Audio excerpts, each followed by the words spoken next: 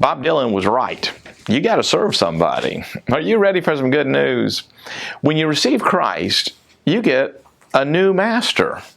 And it really is good news. Paul put it this way, thanks be to God that you who were once slaves of sin have become obedient from the heart to the standard of teaching to which you were committed, have been set free from sin. He says in Romans 6, you've become slaves of righteousness. You may be an ambassador to England or France. You may like to gamble. You may like to dance. You may be the heavyweight champion of the world. You may be a socialite with a long string of pearls. But you're going to have to serve somebody. Yes, indeed, you're going to have to serve somebody. It may be the devil or it may be the Lord, but you're going to have to serve somebody. Well, you don't really want to hear my Bob Dylan actual imitation, but those are the words from his Grammy-winning song of 1979.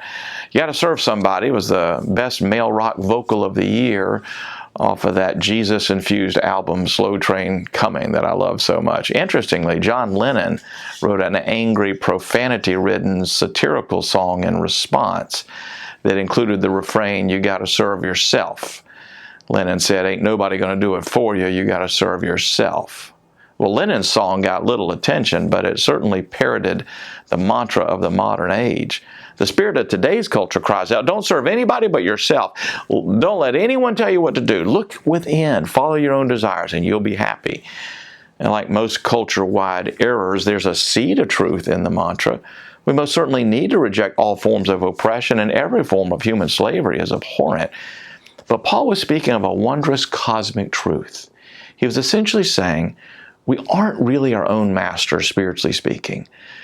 Because we were born in sin, we're blind to its destructive power and helpless to overcome it without the grace of God.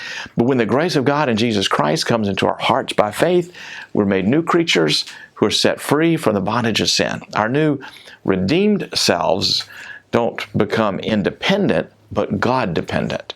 And all our allegiances change. We become totally submitted to God.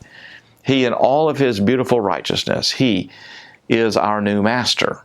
It's the ultimate good news. You get to submit to the one who loves you more than you love yourself and has more good intentions towards you than you could have for yourself. You get to serve somebody, Christ the Lord. And that's the gospel. Well, that's today's daily devotional. You can get more like it by clicking right here. And better yet, be sure you've subscribed. Get all of these. Start out every day with good news, and I send you out into the world to serve somebody, Jesus preferably.